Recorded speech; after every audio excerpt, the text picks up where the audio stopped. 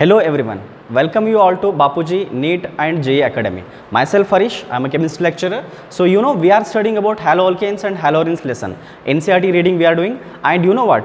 We are discussing about methods of preparation of haloalkanes, right? So in this methods of preparation of haloalkanes, so there are total 4 methods are there for our syllabus, that is by using or from the alcohols, that is one method of preparation, and second one we are having by using halogen exchange reactions, third one we are having that is called as from alkenes, and fourth one we are having from alkenes. Total we are having 4 methods of preparations are there. Under that we are going to discuss about that one from alcohols, and once again by using the alcohols once again we are having 3 methods are there, right? So under that we are having one is A, B, C we are going to discuss, and under that A means here by using the halogen acids. In our NCERT textbook they have mentioned in a very simple line, and in only one sentence they have mentioned all the reactions, right? So we will discuss in detail, and you know what, these reactions they are important for your practical point of view also. For Karnataka PU board in practical chemistry also, practical exam they are going to ask questions regarding this one, right? So that's why we will discuss here very important things about the halogen acids, or there is one test we are going to get that is called as Lucas reagent test. Okay, now see here we are going to discuss first thing. See, by using the halogen acids, we know very well halogen acids means here we are having different halogen acids are there. That is one we can write HF, and we are having another one is called as HCl, and another one we are going to call HBr, and we are having another one that is called as what, HI. So these are the 4 halogen acids we are having. We know acids means they will donate the H plus ions, and you know very well among those 4 acids you know very well which is the strongest acid or which one will give hydrogens very easily means HI will give very easily. So because you know very well as bond means among fluorine, chlorine, bromine and iodine, top to bottom when we go means size of the atom increases. Because of that reason the bond between hydrogen and iodine, that bond, this whatever the bond we are going to get, that is the weakest bond. That's why iodine is bigger in size and hydrogen is smaller in size. That's why that bond will become a very easy, very weak bond. That's why it will break very easily and it will give hydrogens very easily. That's why that is the strongest acid, and we will discuss those are all concepts. See, and among those are all things you know very well here HF. So this bond enthalpy is very high we are having. That's why this we are not going to discuss in this session, and that's not mentioned in our NCERT textbook. And we are having another 3, that is nothing but by using the HCl, HBr and HI. One by one we are going to discuss. Very first we will discuss about the HCl. See, now see students here what we are going to discuss. We are going to take alcohols. We know very familiar about the alcohols. Alcohols are those organic compounds, they are having one functional group. Which functional group we are having means they are having ROH. This is the functional group of alcohols we are having, correct? Now here, so we are going to discuss first about the HCl. Okay, now first we are going to discuss about the HCl, then we will come across HBr and HI. So okay, we can write here once again under A. So first one with HCl, right? So with HCl we are going to discuss first one.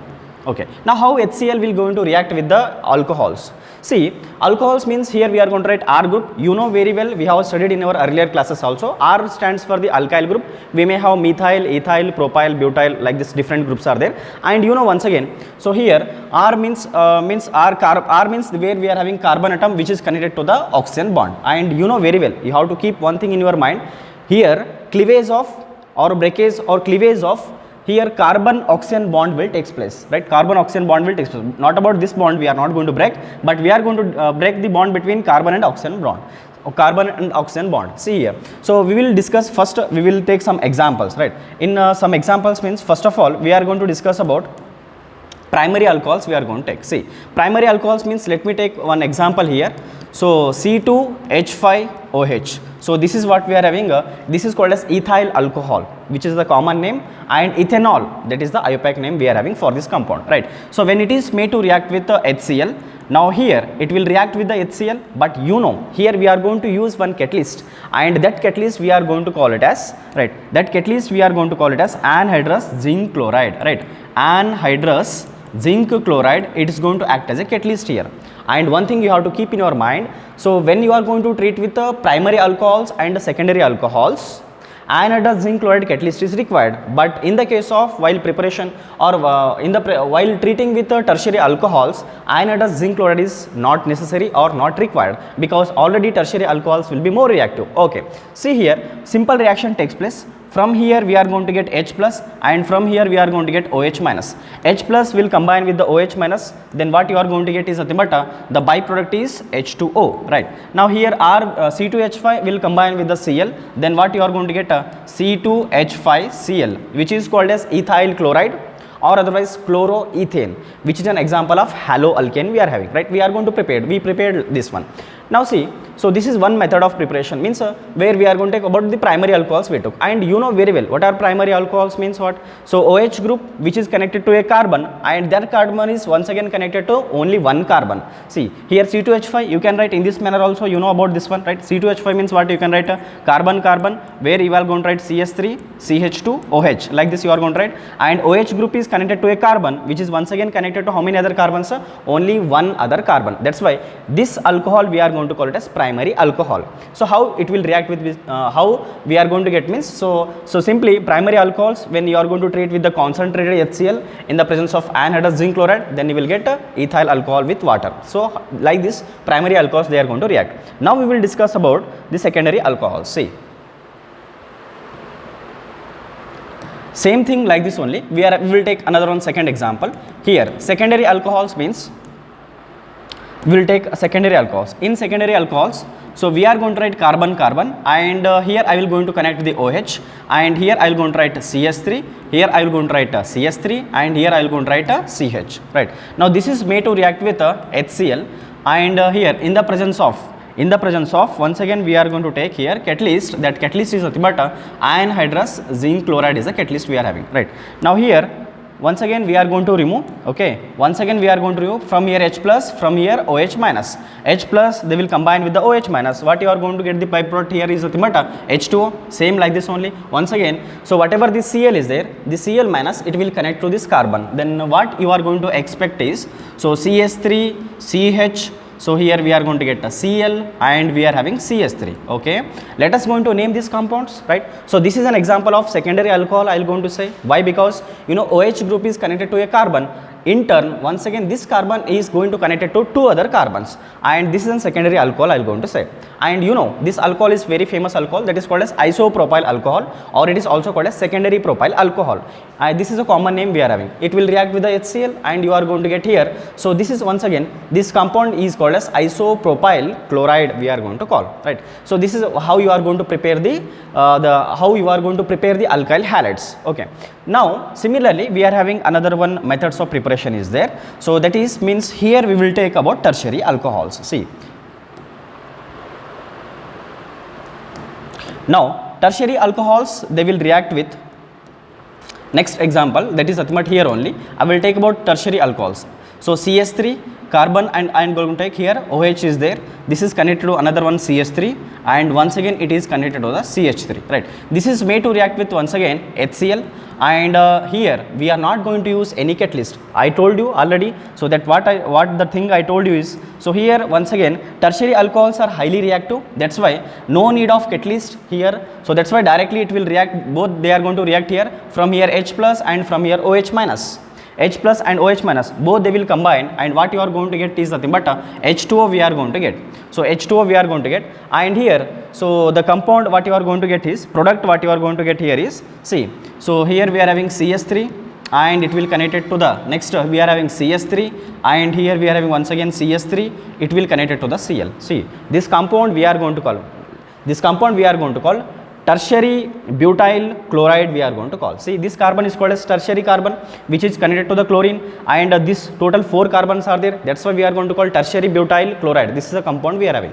Now, so this alcohol is called as tertiary butyl alcohol, and here this carbon is nothing but it is a tertiary carbon. This is a tertiary carbon. Understand students here why there is no need to take here anhydrous zinc chloride. Okay. See, we are going to discuss some points which are very much important for the competitive point of view, right? So one by one note points we are going to write. See,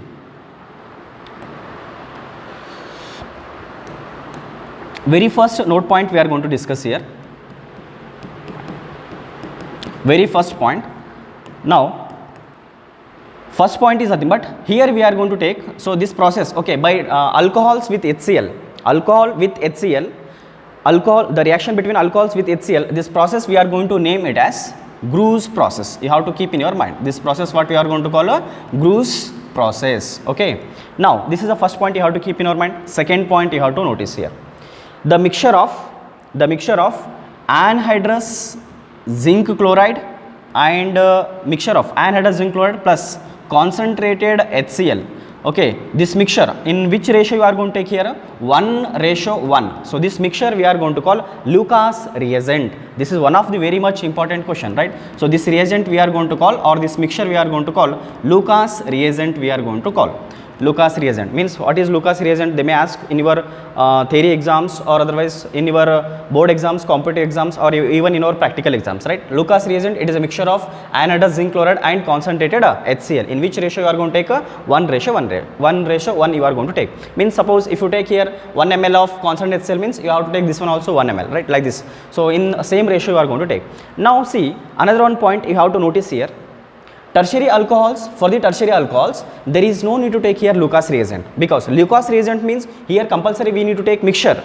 But in the case of tertiary alcohols, if you consider, we are not using here anhydrous zinc chloride. That's why Lucas reagent is not required for the tertiary alcohols. And this one you have to keep in your mind. And you know, I will going to write another one point. Order of reactivity of different alcohols during this reaction is: tertiary alcohols, they are highly reactive when compared to the secondary alcohols, and it is highly reactive when compared to the primary alcohols, right? So this order you have to keep in your mind, you have to fix in your mind. This is very much important. And you know what? So during this reaction, fourth point we are going to discuss, during this reaction we are going to get some intermediates. What are those intermediates you are going to get? See, which kind of, I told you, which kind of bond you are going to break? We are going to break a bond between carbon and oxygen. Whenever we are breaking here bond between carbon and oxygen, so here whenever we are breaking bond between carbon and oxygen, listen, now see here, whenever we are breaking bond between carbon and oxygen, so here oxygen is more electronegative when compared to the carbon. That's why both the bond pair of electrons, both the bond pair of electrons is taken by the oxygen. That's why what you are going to get here, so from here we will get H plus, from here we are going to get OH minus. That means resulting in the formation of carbocations. Focus or keep in your mind always here, during this reaction, what are the intermediates you are going to get? Carbocations are the intermediates, right? Carbocations are the intermediates we are going to get. So this is, once again, this is one of the another one important question. So okay, now see, and another one, next point we are going to write. See, we know very well among those carbocations, here you are going to get, when this bond is going to break, both the electrons are taken by the oxygen. Over this carbon you are going to get which kind of charge? Positive charge, right? So carbon bearing the positive charge, they are called as carbocations, right? They are called as carbocations. And which kind of carbocation you are going to take here? You are going to get here, you are going to get here tertiary carbocations. Why? See, this carbon we are going to call tertiary carbon. Why? Because this is, means this is connected to the how many other carbons? 3 other carbons. That's why we are going to call tertiary carbon. And you know very well, there are two effects. We will discuss about those two effects. We will make separate video regarding those two effects. That those two effects are nothing but, one is nothing but inductive effect, and another one we are having hyperconjugation. So because of those two effects, this tertiary carbocation is more stable, and you know very well, the one which is more stable here in the organic chemistry, that is the most reactive. And tertiary carbocations are more reactive because this is the most stable, and this is the most stable. Why? Because of two effects. Right? This is most stable because of two effects. One is, we can say, by inductive effect and hyperconjugation. Let me discuss here one small effect, that is inductive effect. Hyperconjugation, regarding we will make a separate video. See, we know here once again, we are having the bond between carbon and hydrogen. Okay.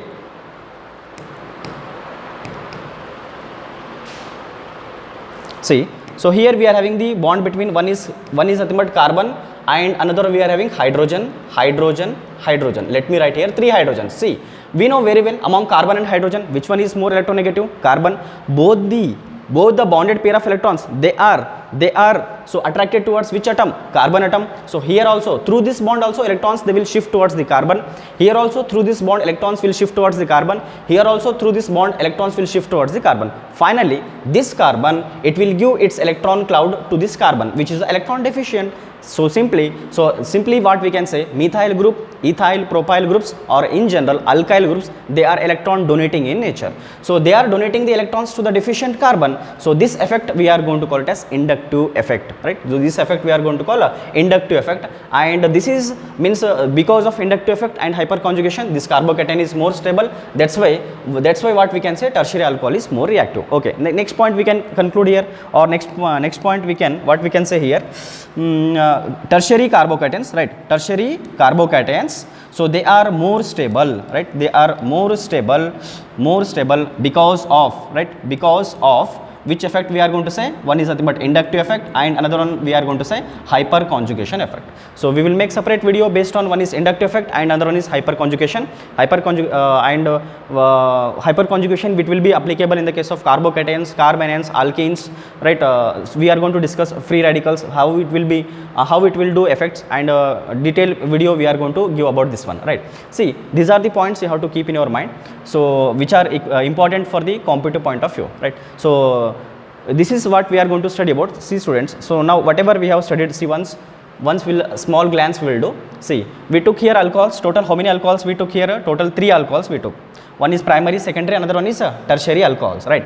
Now here we are going to discuss about only HCl we have discussed, but still we are having another one is HBr and another one is we are having HI. See, now next step we will discuss about the HBr and another one is HI. See,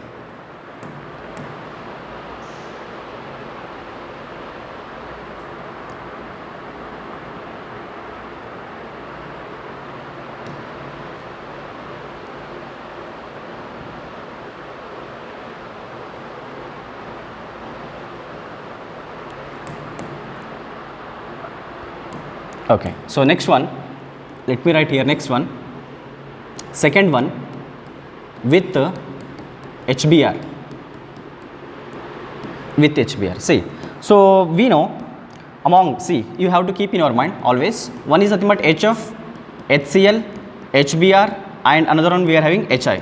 Among those 4 acids, we know that very well HI is the strongest acid, and it is the, so this bond between hydrogen and iodine, that is the weakest bond we are having, so that bond will break very easily. So that's why what we can say, this compound is nothing but unstable compound. Among those 4 compounds, which compound is the most unstable one? HI is the most unstable one, and second one what we are having a HBr, right? These are the unstable compounds. That's why here what we are going to do, we are going to prepare first HBr, freshly we can prepare the HBr, then we will make that HBr to react with the alcohols, right? So HBr and HI we will prepare, then we will make that react with the alcohols. See, so for our NCERT they have mentioned one simple, in the simple statement or in a simple statement they have mentioned about regarding this one. We will discuss that one in detail, right? Okay, see, now first here what we are going to do, sodium bromide, when it is made to react with H2SO4, you know the name of H2SO4, which is called as sulfuric acid.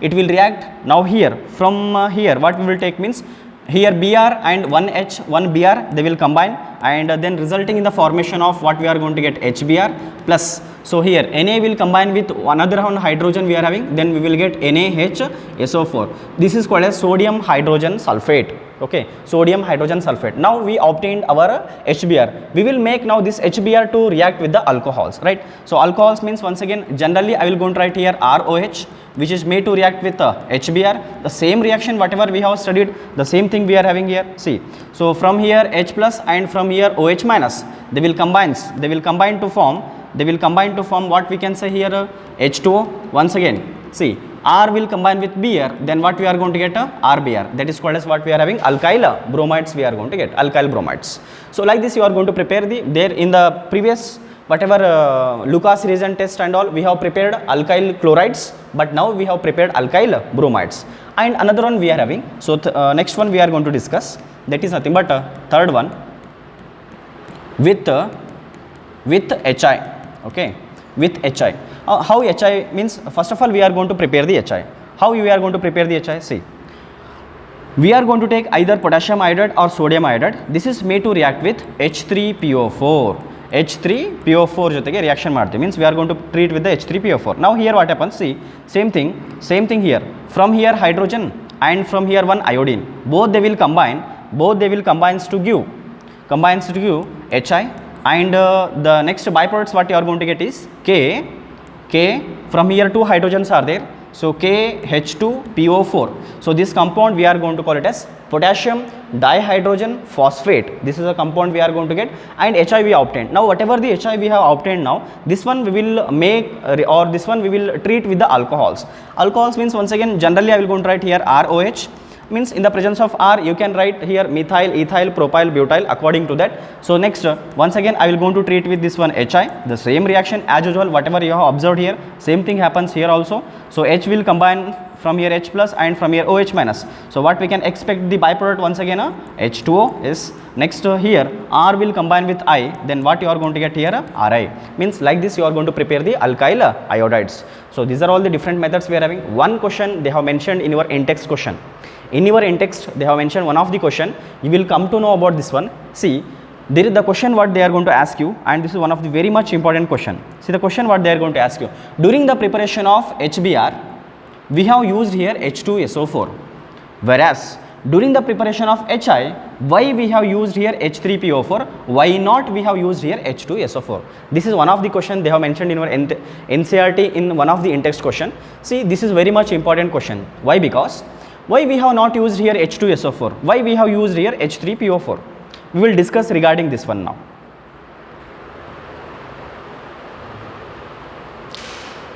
See, now here what happens, if you use, see, we know very well H2SO4, this is very strong oxidizing agent, very strong oxidizing agent, and this H2SO4 it will dissociate to become H2O plus SO2 and it will give nascent oxygen. Nascent oxygen means that is very reactive, right? This oxygen what you are going to call it as a nascent oxygen. They are highly reactive. Nascent oxygen, they are highly reactive. Now these nascent oxygens they are going to see. So these nascent oxygens what they are going to do? They are going to react with the HI. So they are going to react with the HI. So it consumes 2 moles of HI. Then what it will do? So 2 hydrogens they will combine with the oxygen. What you are going to get is nothing but H2O. Then remaining what we are having, 2 iodine they will combine, resulting in the formation of I2. See what I am saying here. During the preparation of HI, if you use H2SO4, if you used H2SO4 and if you used here H2SO4 is used here, then that H2SO4 will convert into H2O, SO2 and nascent oxygen. And whatever the nascent oxygen you are going to obtain, these nascent oxygens they are going to react with whatever the formed HI. Whatever the HI will be formed, no, those HI molecules they will react with the nascent oxygen, they will convert into iodine. But what we require actually, we require HI, but whatever the HI you are going to prepare, those HI they are going to convert into iodine. So we are not getting here HI will not be there. So all the HI it will convert it into iodine. That's why we are not going to prefer here H3PO4. We are not going to prefer here H2SO4, but we are going to prefer here H3PO4, which is called as phosphoric acid, or it is also called as orthophosphoric acid we are going to call. Okay students, so this is what we are going to discuss. Means we have discussed in this session by taking the alcohols or with alcohols. The first method means by using halogen acids, that is one is HCl, HBr, another one is HI. In the next session we are going to discuss by using the alcohols with halogen, that is phosphorus halides. We are having 2 kind of phosphorus halides, one is PX3, another one is PX5, and in the same video we are also going to discuss about Darjan's process, which is one of the very important for the theory as well as competitive point of view. Okay, if you like this video, do subscribe, share and share to the needy peoples, and thank you, and promote our YouTube channel. Thank you.